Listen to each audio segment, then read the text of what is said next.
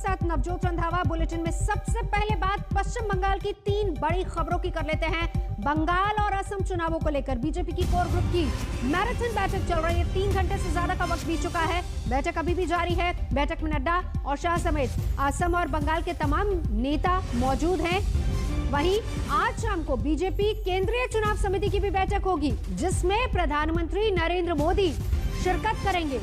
और उधर ममता चोट मामले में मुख्य सचिव की रिपोर्ट से चुनाव आयोग संतुष्ट नहीं है और आज शाम को 5 बजे तक का वक्त दिया गया है।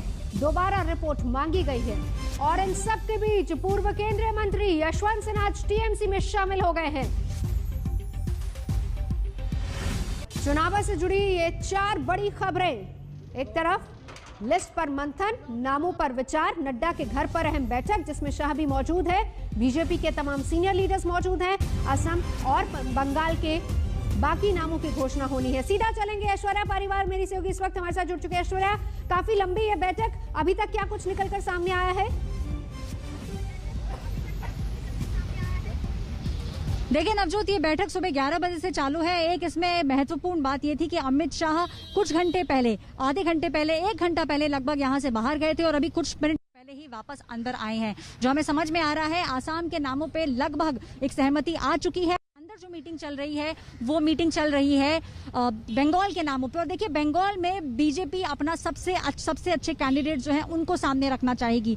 अभी भी शुभेंदु अधिकारी अंदर हैं, अमित शाह भी अंदर गए हैं और ये जो नामों की लिस्ट है इसमें से 2 नाम हर सीट के ऊपर वो अभी इस मीटिंग के अंदर फाइनल हो जाएंगे। और शाम को 7 बजे एक बीजेपी की सीईसी की बैठक है जो सबसे ज्यादा जरूरी है। उसके अंदर जो बाकी के फेजेस हैं उसमें सारे के सारे नाम जो है वो सारे नाम आज फाइनलाइज कर दिए जाएंगे। अमित शाह भी अंदर हैं।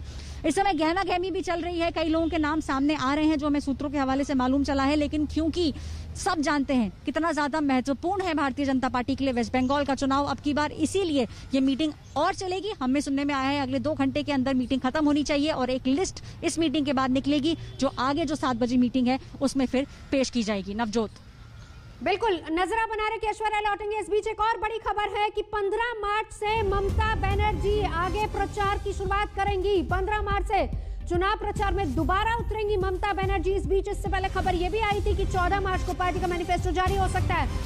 15 मार्च को ममता बनर्जी फिर से बंगाल के रण में होंगी। चुनाव प्रचार में दोबारा उतरने वाली है ममता बनर्जी। हालांकि 14 तारीख की खबर पहले सामने आ रही थी जब मैनिफेस्टो जारी करने की बात की टीएमसी का मैनिफेस्टो 14 तारीख को जारी हो सकता है। अब खबर 15 मार्च से दोबारा प्रचार में उतरेंगी ममता बनर्जी। सीधा चलेंगे अनुपम मिश्रा हमारे सहयोगी हमारे साथ जुड़ चुके हैं। अनुपम, क्या अपडेट? जी नवजोत, देखिए जो सूचना भी मिल रही है सूत्रों के मुताबिक कि 15 मार्च से ममता बनर्जी दोबारा चोट लगने के बाद अपना चुनावी प्रचार शुरू करने वाली हैं। 15 मार्च को पुरुलिया में रहेंगी वो।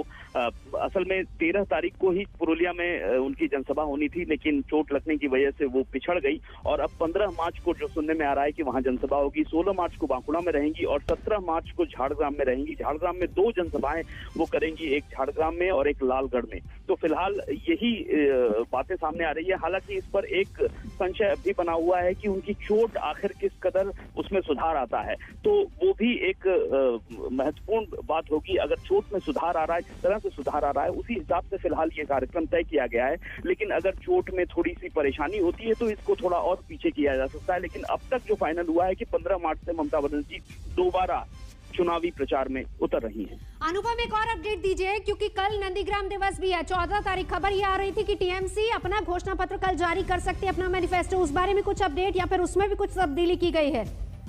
जी, जहां तक अभी तक जानकारी है कि 14 मार्च जो नंदीग्राम दिवस के रूप में मनाया जाता है उसी दिन ममता बनर्जी अपना मैनिफेस्टो जारी करेंगी। उसमें अभी तक तब्दीली की कोई बात सामने नहीं आ रही है। और जैसा कि सूत्रों के मुताबिक पता चल रहा है कि ममता बनर्जी कल इसीलिए अस्पताल से वो निकली क्योंकि डॉक्टर्स नहीं चाहते थे कि वो अभी घर में जाएं, थोड़ा और इलाज चाह रहे थे। लेकिन चूंकि 14 मार्च को नंदीग्राम दिवस है, एक इमोशनल अटैचमेंट है क्योंकि उस दिन काफी लोग मारे गए थे 2007 में, तो उस सहानुभूति की लहर को पैदा करने के लिए ही 14 मार्च को टीएमसी की ओर से मैनिफेस्टो जारी करने की बात अभी तक सामने है।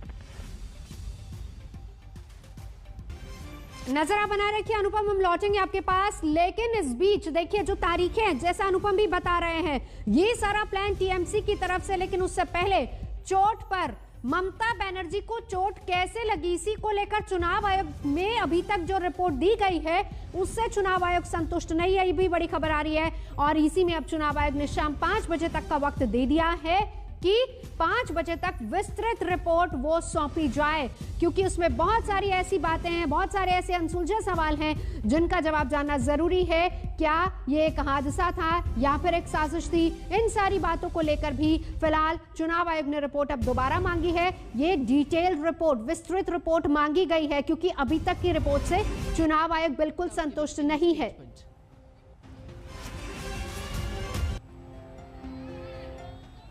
और इस बीच ममता बनर्जी का आगे का प्लान डिसाइड हो गया। 15 मार्च से वापस मैदान में चुनावी रण में ममता बनर्जी उतरेंगी। 15 को पुरुलिया में रैली करने वाली है, 16 को बांकुरा और 17 को झारग्राम। अनुपम मेरे सहयोगी इस वक्त हमारे साथ लगातार जुड़े हैं। अनुपम, देखिए अब इसमें इलेक्शन कमीशन सीधे तौर पर कह रहा है कि अभी तक की रिपोर्ट अधूरी है। डिटेल रिपोर्ट शाम 5 बजे तक सौंपने के लिए कहा गया है। अनुपम,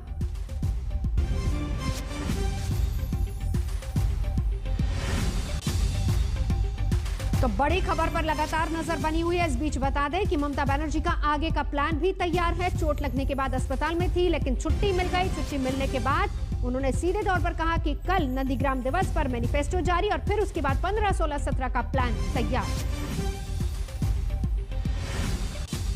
नीति में बहुत सारा तरीका लोग अपनाते हैं। ममता बनर्जी की स्थिति ऐसी है कि पार्टी टूट रही है। उनके जो पुराने सिपाही पार्टी खड़ा करने में जिनका बड़ा योगदान रहा, ऐसे लोग पार्टी छोड़कर भाग रहे हैं। अब उनके लिए स्टार प्रचारक भी नहीं है पार्टी को लड़ाई में सामने से लीड करने वाले।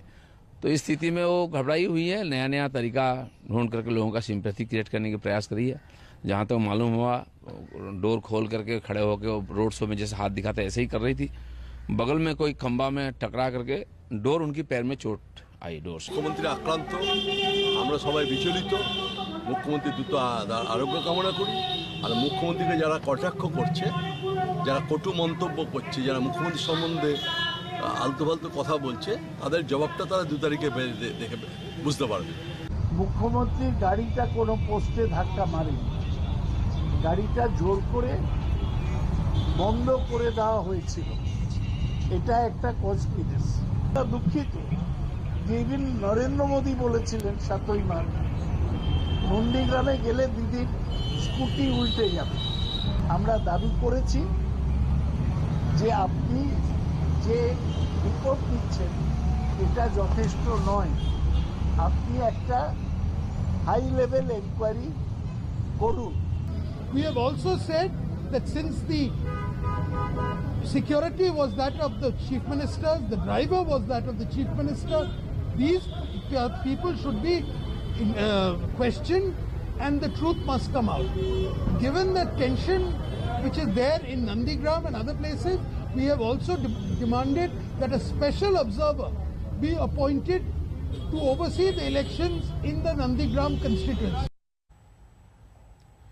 आगे बढ़ेंगे। पूर्व केंद्रीय मंत्री यशवंत सिन्हा ने आज नई सियासी पारी की शुरुआत कर ली। यशवंत सिन्हा ने टीएमसी का झंडा लहराकर और पट पहनकर टीएमसी का दामन थाम लिया है। टीएमसी में आते ही यशवंत सिन्हा ने प्रधानमंत्री मोदी और अमित शाह पर जमकर हमला बोला। साथ ही ममता बनर्जी पर हमले के पीछे बीजेपी का हाथ भी बताया।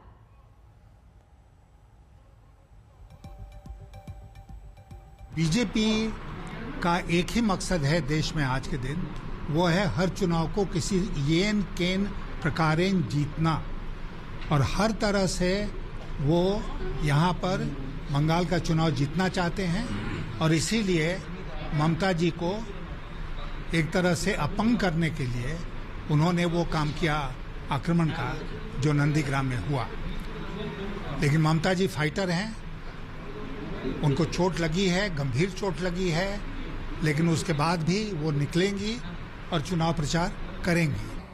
पहले 7 फेज हुआ था, तो इस बार 8 फेज कराएंगे। 294 दिन क्यों नहीं चुनाव कराया? हर दिन एक विधानसभा का चुनाव होगा, कराते रहो चुनाव, तुम्हारा शासन चलता रहेगा। तोड़ मरोड़ कर चुनाव कराने का जो फैसला है वो मोदी शाह के नियंत्रण में लिया गया है और भारतीय जनता पार्टी को एडवांटेज पहुंचाने के ख्याल से लिया गया। The strength of democracy lies in the strength of the institutions of democracy. आज लगभग हर इंस्टीट्यूशन जो संस्था है प्रजातंत्र की वो कमजोर हो गई है और मैं बहुत अफसोस के साथ इस बात को कह रहा हूं कि उसमें देश की जो न्यायपालिका है, जुडिशरी है, वो भी शामिल होती है।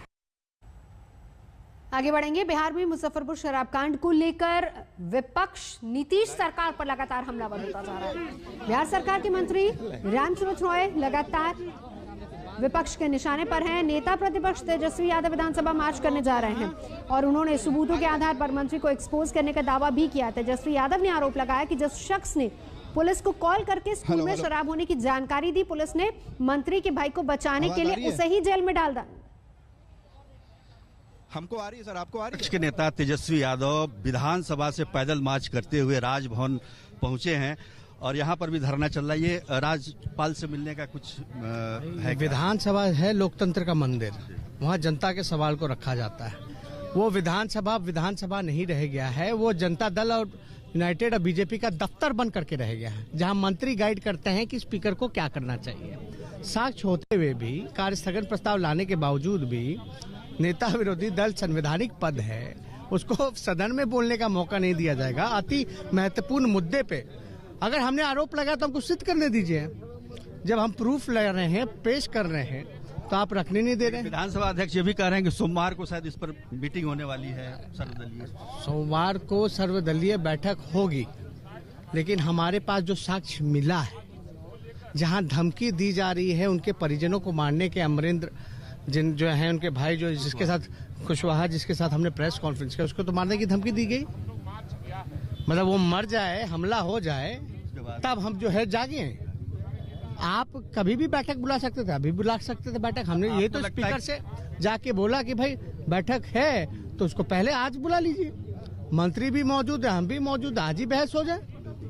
ये बहुत ही महत्वपूर्ण मुद्दा। अगर किसी मंत्री पे, पहले भी मेवालाल थे, अशोक चौधरी थे, लगातार ऐसे 66 मंत्री जो हैं दागी हैं, कोई कार्रवाई नहीं की जा रही है। मुकेश सहनी के भाई उद्घाटन फिरते चले जा रहे हैं, कोई कार्रवाई नहीं की गई है। ये तो संरक्षण ही देना हुआ। यानी ये सिद्ध होता है कि नीतीश कुमार शराब माफिया नंबर 1 है। तो विरोध प्रदर्शन लगातार जारी है। आरजेडी ने भी विरोध जताया है। देखिए मेरे सहयोगी सुजीत की रिपोर्ट। प्रतिपक्ष के नेता तेजस्वी यादव के राजभवन मार्च के मद्देनजर रखते हुए यहाँ मुख्यमंत्री आवास में सुरक्षा कड़ी कर दी गई है। आप देख सकते हैं कि भारी संख्या में पुलिस बल लगा दिया गया है और एक ठीक सामने उसके राजेंद्र चौक है जो कि राजभवन के ठीक सामने है, वहाँ पर ये आरजेडी के सारे विधायक प्रतिपक्ष के नेता तेजस्वी यादव के नेतृत्व में बैठकर धरना दे रहे हैं। ये लोग सीधे विधानसभा से पैदल मार्च करते हुए यहाँ पर आए हैं और इनकी मांग है कि मंत्री रामसूरत राय को बर्खास्त किया जाए, क्योंकि उनके स्कूल में शराब बरामद हुई थी। और ये भी कहा जा रहा है कि आप देख सकते हैं कि तेजस्वी यादव और तेज प्रताप यादव कुछ आरजेडी के विधायक हैं और माले के भी विधायक यहाँ दिख रहे हैं। कुल मिलाकर देखा जाए तो ये विधानसभा से राज्यपाल से मिलने के लिए यहाँ पर पहुँचे थे, लेकिन यहाँ पर चूंकि समय नहीं मिल पाया इसलिए यहाँ पर धरना पर बैठे हुए हैं। प्रयास यादव के साथ तेज प्रताप और तमाम राजद के विधायक मौजूद हैं। तमाम लोग साथ में माले के भी विधायक हैं।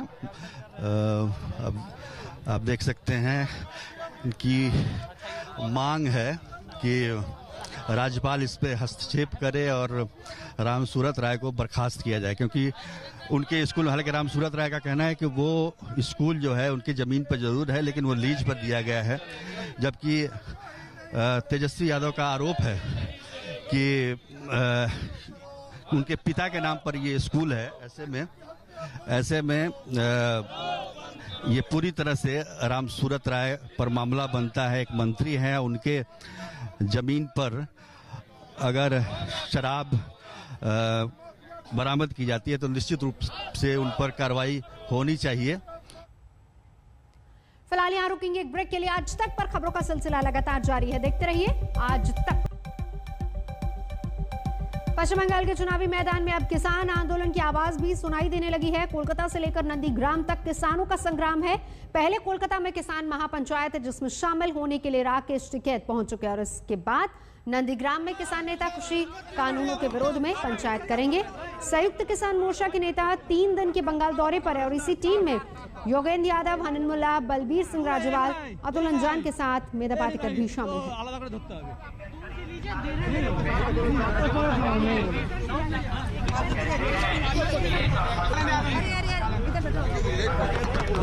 नंदीग्राम जा रहा है। हाँ, नंदीग्राम जा रहा है।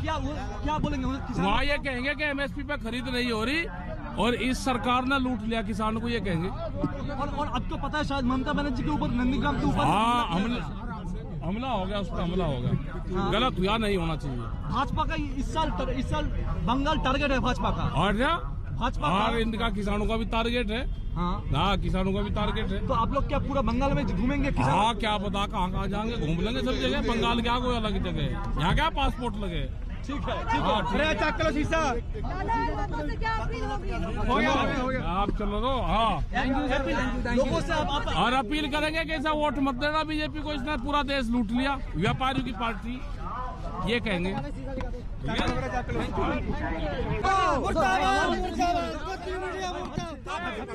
तो तस्वीरें देखिए, राकेश टिकैत 3 दिन का प्लान है किसान एकता मोर्चा का वहां पर और लगातार किसान वहां पर पहुंच रहे हैं। और आज का जो दिन है, आज का दिन यानी कि 13 मार्च, और जिसमें मेयो रोड से महापंचायत किसानों की 4 बजे नंदीग्राम और उसके बाद बंगाल किसान मजदूर सभा का भी एक आयोजन किया गया है। इसके अलावा कल का भी प्लान तैयार है जिसमें सिंगूर और फिर उसके बाद आसनसोल रुख करेंगे। और इस सरकार ने लूट लिया किसानों को, ये कहेंगे। और अब तो पता है शायद ममता बनर्जी के ऊपर, नंदीग्राम के ऊपर हमला हो गया, उस पर हमला हो गया। गलत हुआ, नहीं होना चाहिए। भाजपा का इस साल बंगाल टारगेट है भाजपा का। और भाजपा और इनका किसानों का भी टारगेट है। हाँ, किसानों का भी टारगेट है। तो आप लोग क्या पूरा बंगाल में घूमेंगे? हाँ, क्या पता कहाँ जाएंगे, घूम लेंगे सब जगह। बंगाल क्या कोई अलग जगह है, यहाँ क्या। फिलहाल यहाँ रुकेंगे एक ब्रेक के लिए। आज तक पर खबरों का सिलसिला लगातार जारी है, देखते रहिए आज तक। नमस्कार, मैं हूं अंजना ओम कश्यप। हमें उम्मीद है ये वीडियो आपको पसंद आया होगा। लेटेस्ट खबरों के लिए यूं ही देखते रहिए आज तक और इस वीडियो के पसंद आने पर लाइक, शेयर एंड सब्सक्राइब करना ना भूलें।